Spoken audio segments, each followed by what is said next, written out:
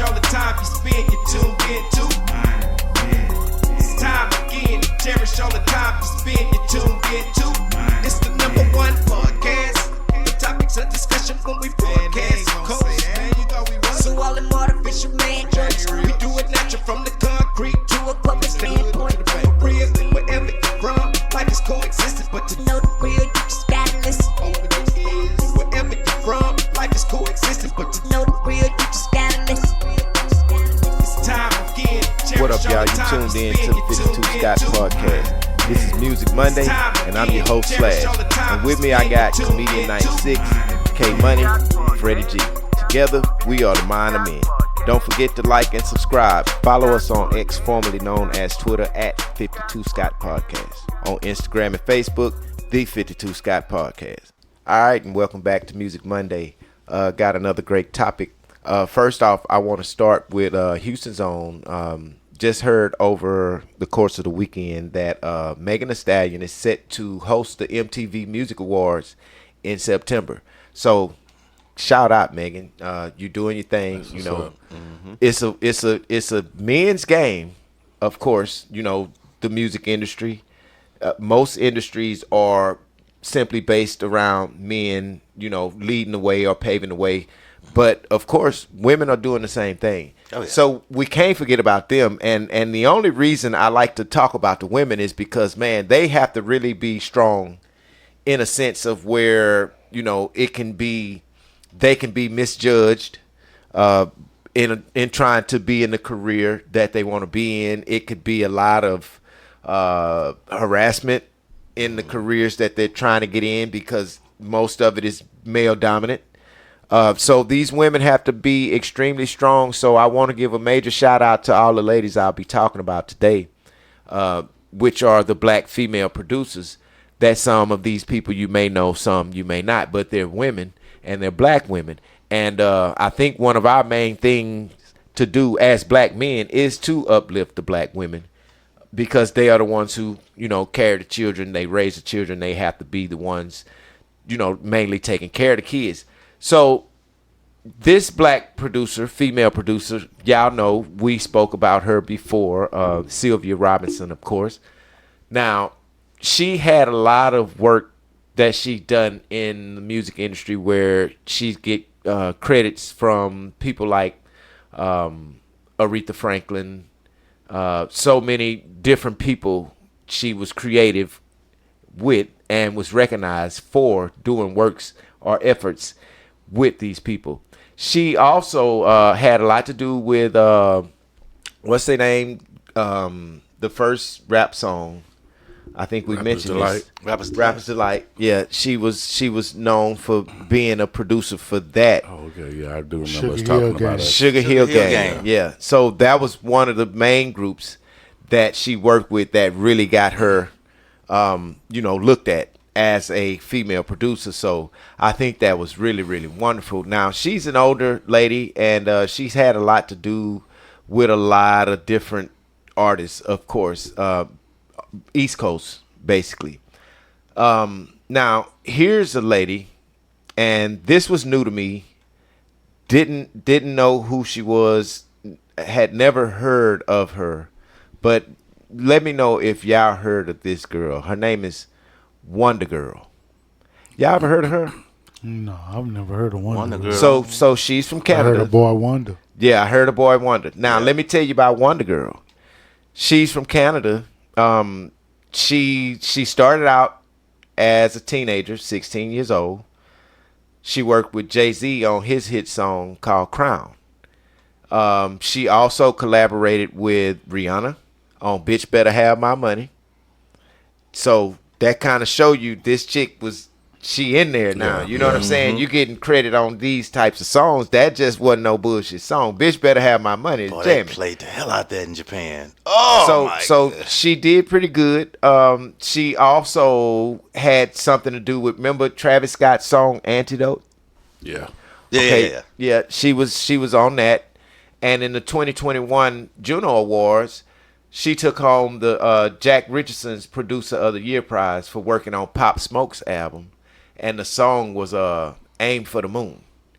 And the Jack Boys, Gang Gang. So young girl doing her thing. You know, she's from Canada. I really like to give a shout out to that. And another reason why I picked this show is because we so used to hearing about the male producers and what they do. And of course, we know there's the Dr. Dre's and so many others. But these songs and this song that I mentioned, a couple of the songs that I mentioned with her, especially Bitch Better Have My Money and working with Rihanna, that shows that you in there and you know what you're doing. These people are trusting your sounds.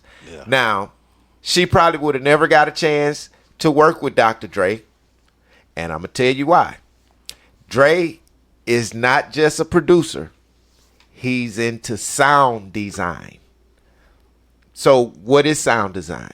Sound design is when he can take a sound, throw it in his little program, and make something completely different from it. Something that he's never heard before. So I think it's a little harder to impress Dre.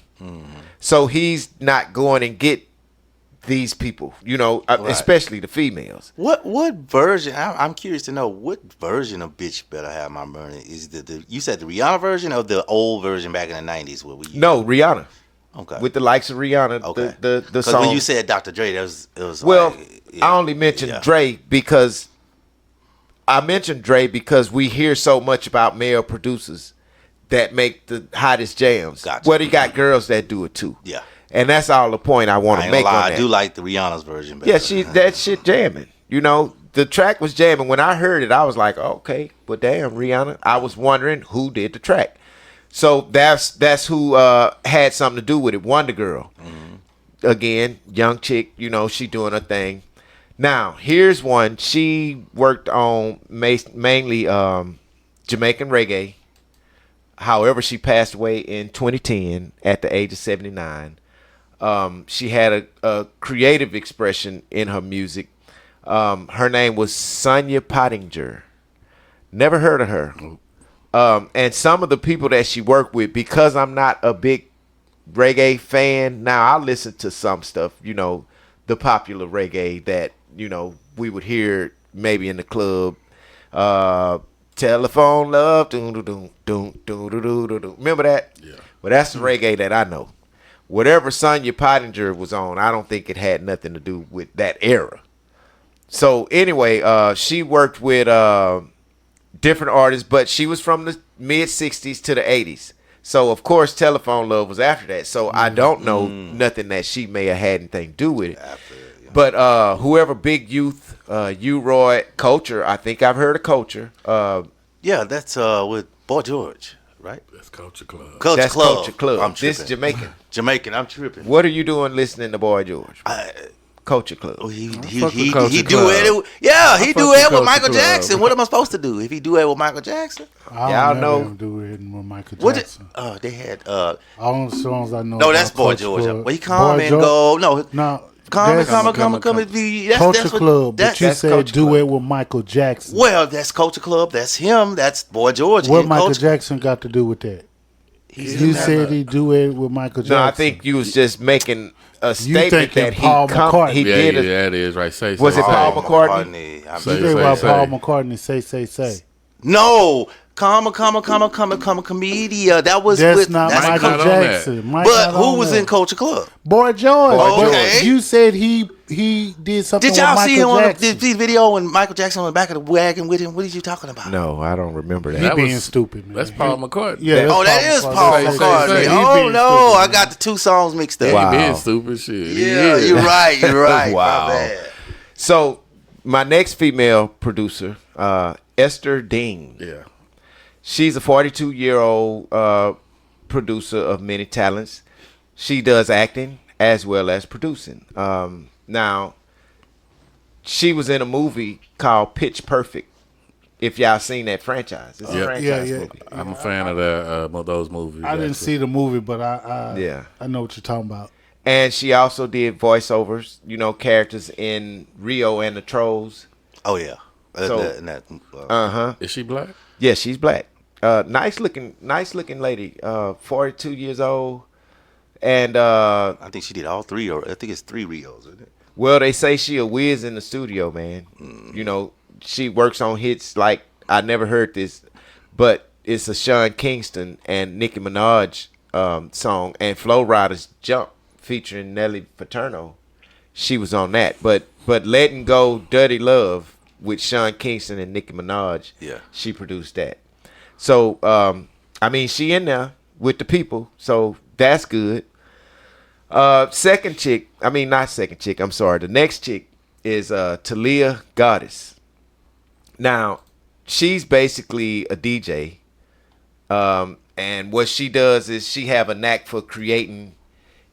I guess what would I call these sounds? Not somatic, but kind of not eerie, but broad sound, ethereal sounds with her music that seem to draw people in. Now, I can kind of understand that because when producing, what gives you ideas is the actual sounds that you hear, not what you have in your head.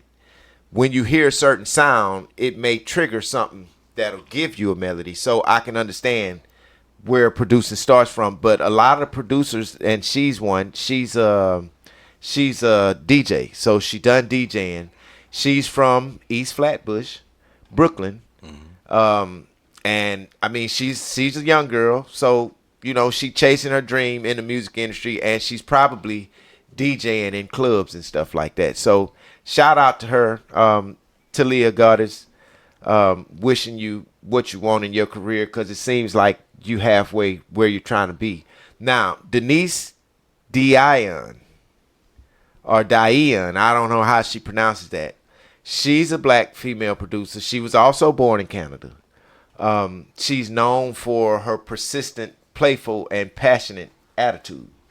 So I guess this is why people like to work with her, because she's got that attitude, and that's a good vibe in the studio. When you have that type of vibe, there's no animosity in there. There's no bad vibes. That's the best way to work with people, in the studio. But she's a singer and songwriter as well. She produces R&B, pop, Caribbean, and hip hop music. So shout out to her, female producer, Denise Dion or Dion. I'm not sure how she pronounced that, but it's spelled DE,ION.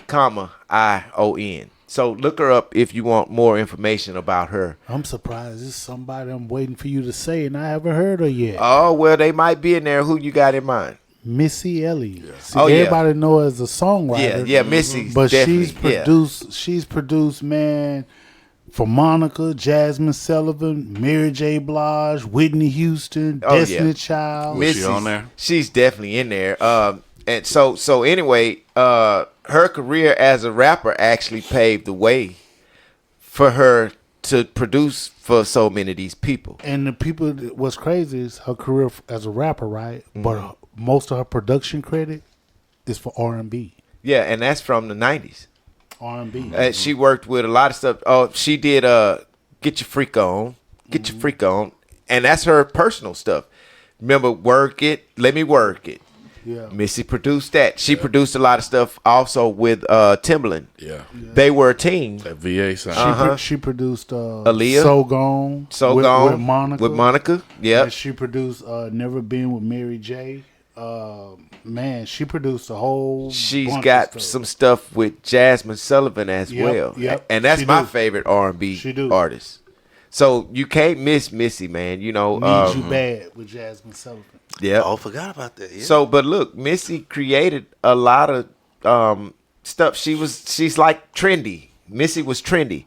She was the first person to come out in her video with a garbage bag on. Yeah, I remember that. You know what I mean? Yeah. Oh, So- and one other thing, you're gonna appreciate this, Comedian 96. She also produced a song for Tamia.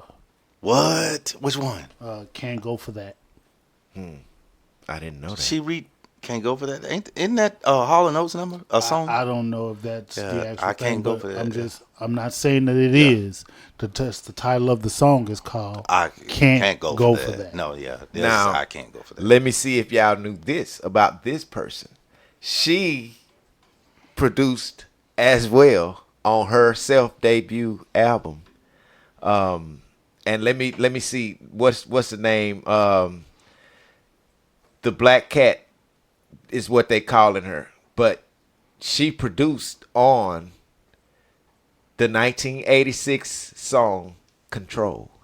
You know who that Janet is? Jackson. Yeah, Janet Janet Jackson. She produces. I did not know this, but supposedly her and Mike was always good co-producers, which I can believe that. I can see that.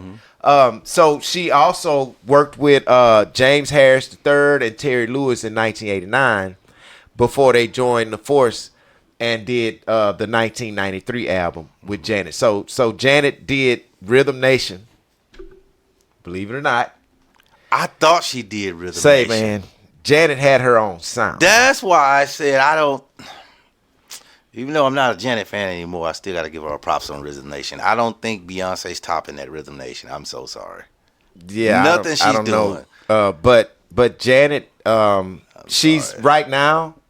She's set to move to Vegas Yes. as a Vegas residency. Exactly. So I'm sure you'll be able to see her every night in Vegas if you decide to go, visit Vegas to the casinos or spend or lose a little bit of Never money. go see her again. But hey, people will like her. But I she lost a fan the night I So what went she to do to her. lose you as a fan? I'm just She curious. kissed when I say kiss, it was a nasty, long, nasty. The group had to be no more than 19 years old.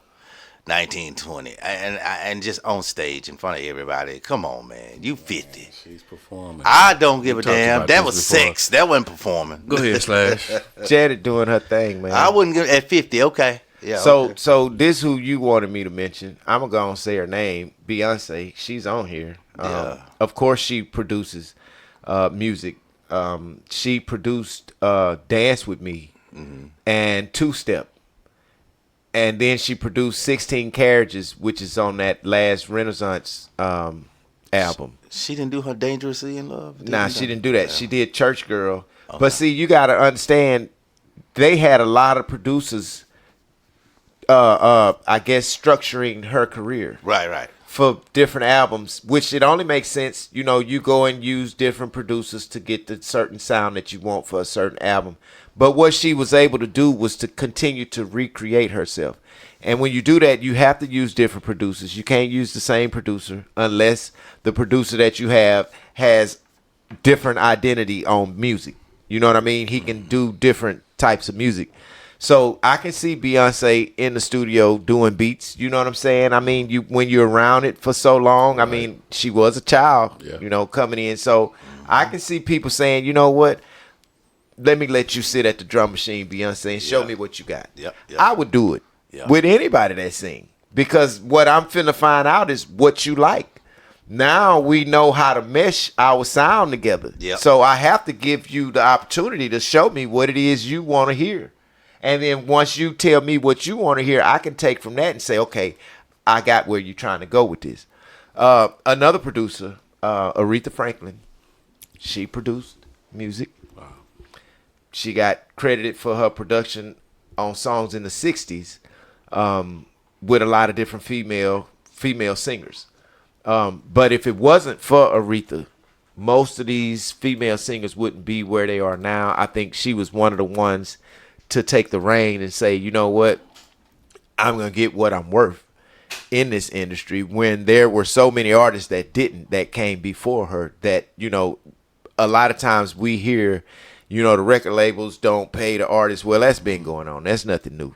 People been trying to get away from that. But I think Aretha was one of the first ones to get her just due as far as the financial situation she was supposed to get in the deals that she did back in times where, most artists wasn't really making money. So another shout out to Aretha. She did a good job, and rest in peace. Here's one. I bet y'all didn't know that she did beats, but I can see this from her. Erykah Badu. Yeah. I can see that. I can see her doing beats, because Yeah. you know what? Her beats always been different from anybody else's beats. But some of the names of the guys that she worked with, you can tell that they were foreign guys. They may have been American, but Yeah. those last names are foreign. Yeah. I can't pronounce these. Madukwa, Ndambi. That sounds and like Dambi. African. Yeah, you know what I'm saying? And Bob Powers, of course, I can say that. But in 1997, she worked with these guys to create an influencing sound, like Summer Walker and Rihanna. They take from Erykah Badu and create their stuff. Now I like Summer Walker, but again, she's not a producer. Yeah. Now Badu worked on production with the help of James Poyser, Questlove. Yeah, I know Questlove. You know what? Now I find that interesting. That Questlove from the Roots, right? from the Roots, Yeah. the drummer. Yeah, I believe. I mean, I would work with Questlove. Remember, he did a thing on who was he with? On the Dave Chappelle show. He was playing the drums and the guy was singing. Damn, I can't think his name. And John Mayer. John Mayer, John yeah. Mayer. Yeah, And John they was Mayer. doing the comparison Yeah. on how black people act with Exactly. beats and how white people act with beats. So Exactly. Mayer played the guitar, the white people was dancing crazy, and then came to the barbershop, played the drums for Questlove us. would do the drums, but I would use Questlove as a drummer on a project. So I mean, she worked with good people. Questlove is one of the guys from. Actually, the Roots got one of the toughest hip hop bands. I agree.